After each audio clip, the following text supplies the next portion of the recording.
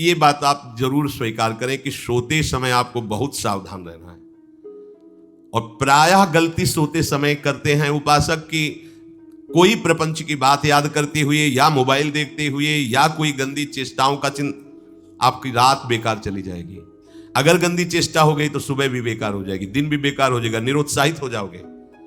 सोते समय आपको समय नहीं देना व्यर्थ चिंतन का। उसी समय विषय चिंतन होता है, उसी समय विषय भोग की आकांक्षा जागृत होती, उसी समय विषय देखने की इच्छा होती। मोबाइल है तो जिस समय आप अपनी शैया पर जाएं स्विच ऑफ कर दें। उसमें मैसेज घंटी आने का कोई भी रास्ता मत रखें। मान लीजिए आप उपासक हैं भगवत प्राप्ति के, 30-35 वर्ष ये नहीं था तो सब मर नहीं गए थे।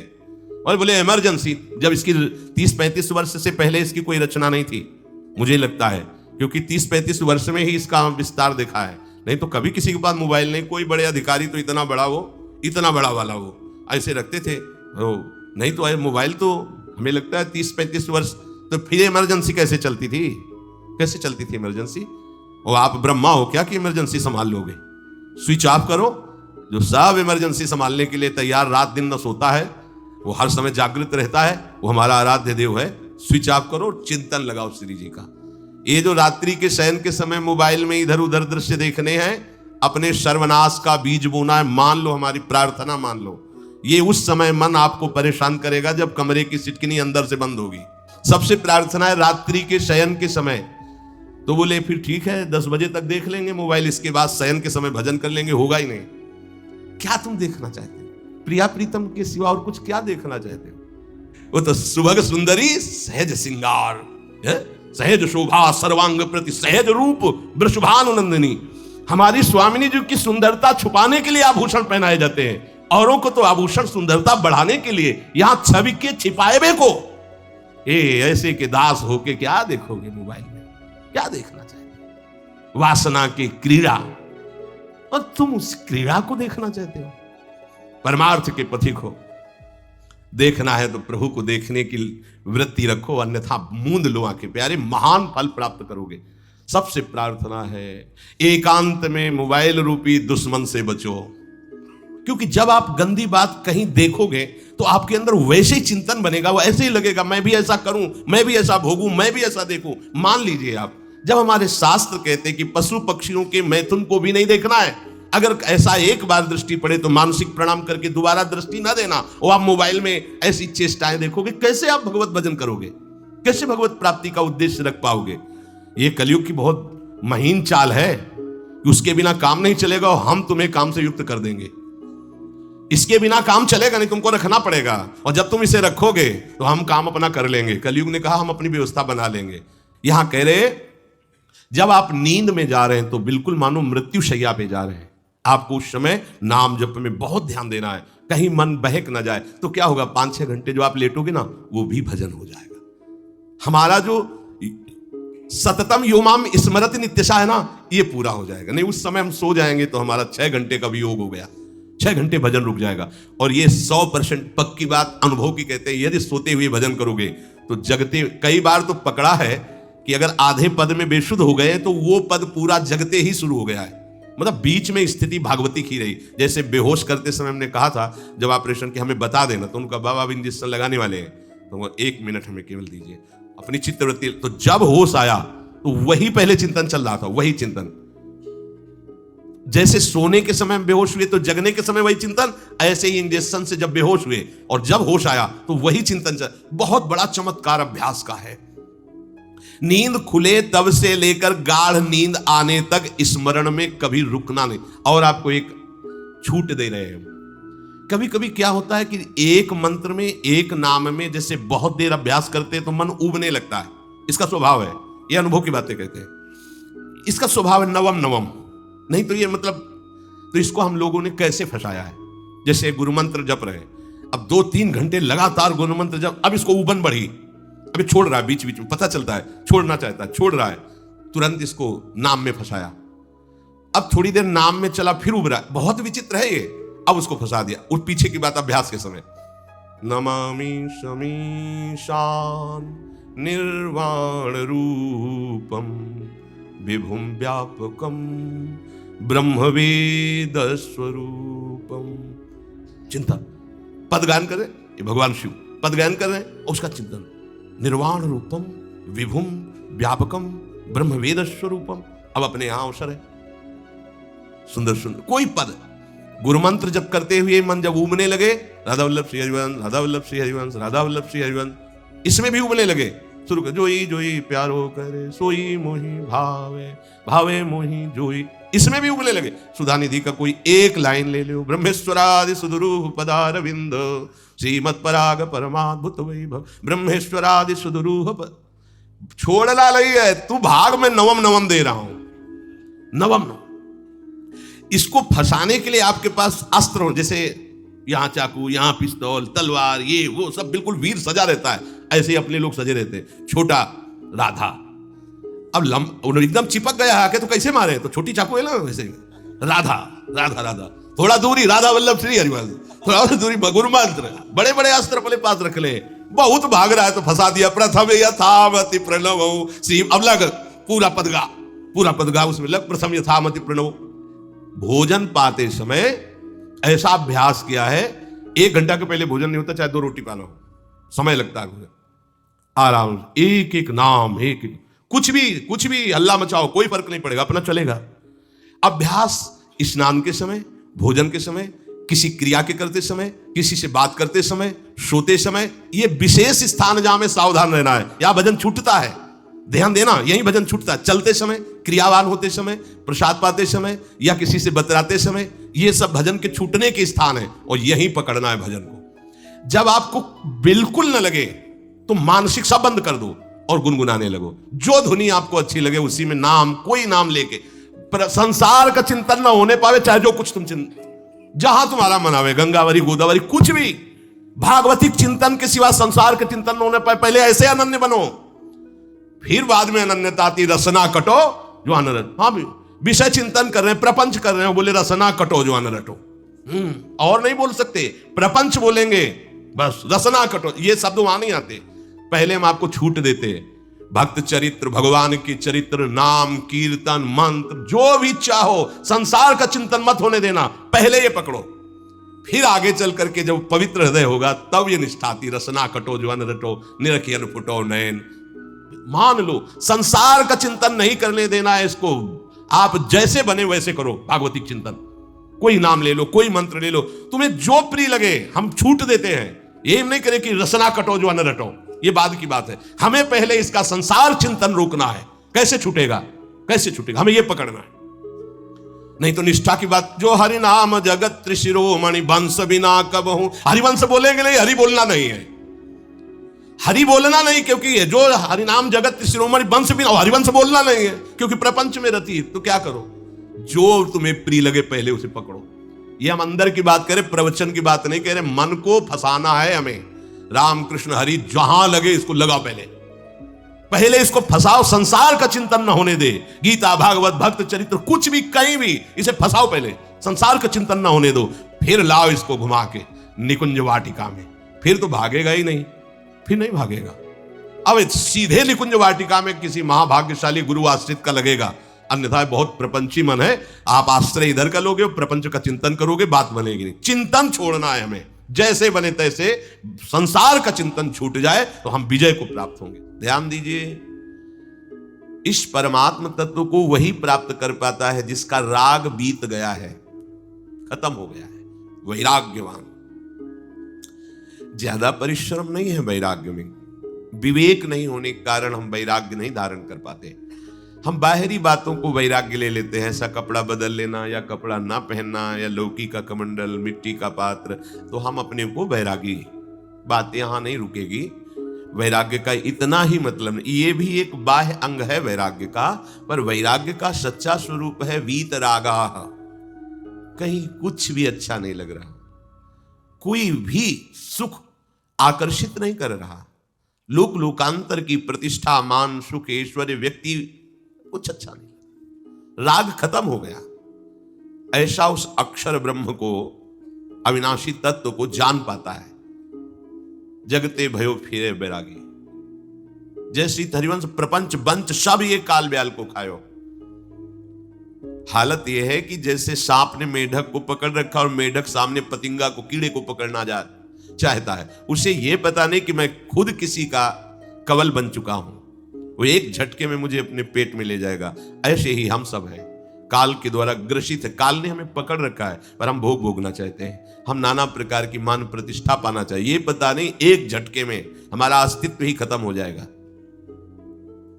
जिनके अंतःकरण में किसी भी व्यक्ति, वस्तु, स्थान, पद, प्रतिष्ठा का राग ही नहीं रह गया है, उसे कहते हैं वैराग्यवान। वीतरागाह, राग ही नहीं है। जिनका अंतःकरण निष्पाप निर्मल हो चुका है, जिनके हृदय में केवल भगवत प्राप्ति की उत्कट लालसा जागृत हो गई है, ऐसा साधन संपन्न उपासक परमात्म तत्व में प्रवेश पाता है। अध्यात्म मार्ग की ऊंचाई पर वो स्थित हो जाता है। यदि छंतु ब्रह्मचर्यम चरंती, जिनकी इच्छा एकमात्र भगवत प्राप्ति की है, यदि छंतो, उनको क्या करना होगा? ब्रह्मचर्यम चरंती, ब्रह्मचर्य का पालन करना होगा। प्रत्येक इंद्रियों का निर्विषय हो जाना वास्तविक ब्रह्मचर्य है। केवल जनेंद्रिय से ही ब्रह्मचर्य को नहीं लेते। हमारी प्रत्येक इंद्रिय भोगों से रहित होकर भगवत अनुराग में नेत्र प्रभु को देखना चाहते हैं, त्वगेंद्रिय प्रभु को स्पर्श करना चाहती है, घ्राणेंद्रिय प्रभु के श्री अंग की गंध पाना चाहती है, श्रवणेंद्रिय प्रभु के वचन सुनना चाहती है। एक एक इंद्रिय अपने प्रभु में लग गई, अंतर्मुख हो गई, बाहर विषयों का त्याग हो गया। इसे ब्रह्मचर्य कहते हैं। पर प्रारंभिक ब्रह्मचर्य में जनेंद्रिय का ब्रह्मचर्य अत्यंत आवश्यक है। यदि जनेंद्रिय जन्य व्यभिचार दोष से युक्त है तो कदापि उसे भगवत प्राप्ति नहीं हो सकती। शुभ गति व्यभिचारी शुभ गति चाहे, असंभव।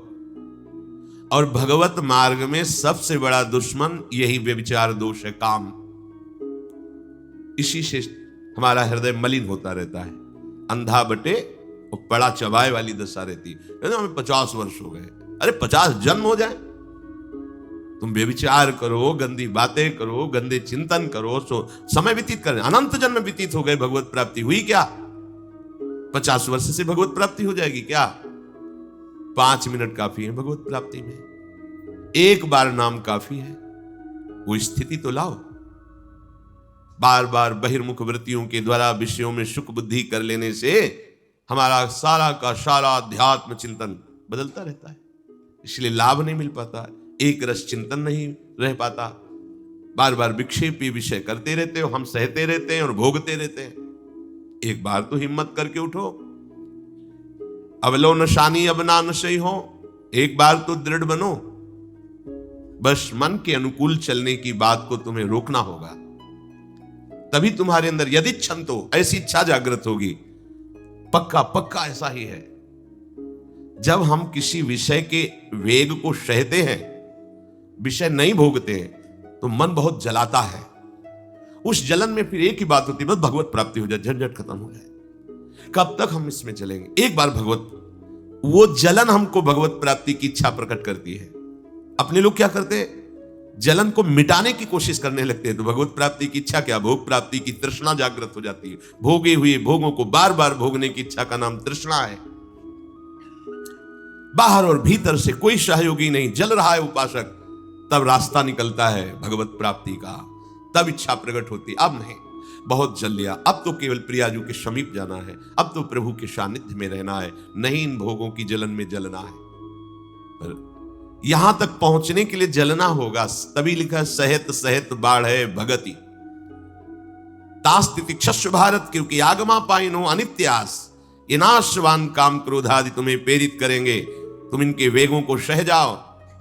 ये स्थायी नहीं है, आगमा पाइनो है, आने जाने वाले हैं, और ये सहन करने से नष्ट होते हैं, भोगने से बढ़ते हैं।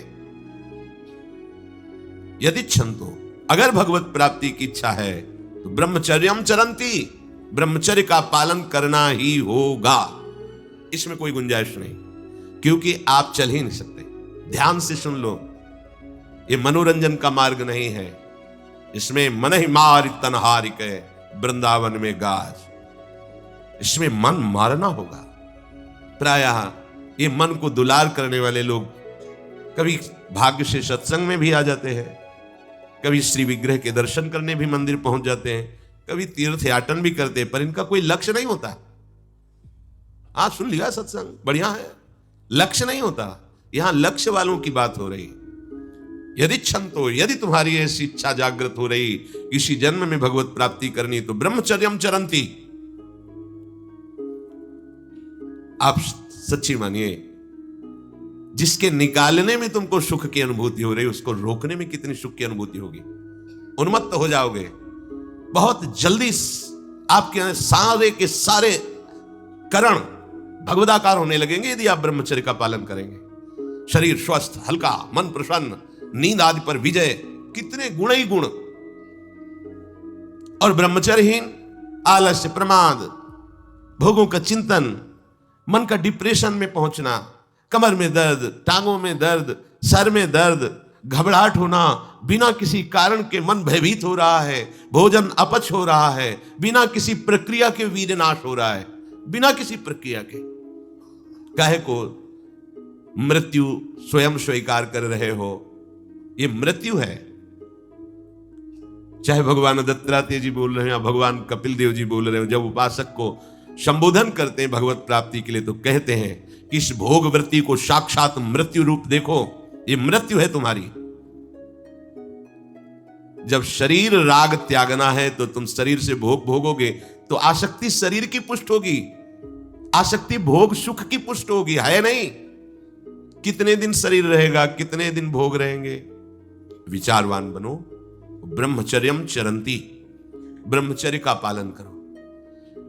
उपासक जो ब्रह्मचारी होता है उसका खिला हुआ चेहरा रहता है, जैसे कमल खिला हुआ, बिना किसी कारण के उसकी मुख मुद्रा में प्रसन्नता होती है। जो ब्रह्मचर्यहीन होता है बुझा हुआ चेहरा होता है, तेजहीन, बिना किसी कारण के वो शोकग्रस्त लगता है। बैठा है, आपको लग रहा है शांत है, लेकिन आप चेहरे को देखो, वो एक शोकग्रस्त है, कुम्हलाया हुआ चेहरा, अशांत चेहरा। मुख प्रसन्न, तन तेज विराजा, यह है ब्रह्मचर्यम चरंती, भगवत आराधन संपन्न उपासक का।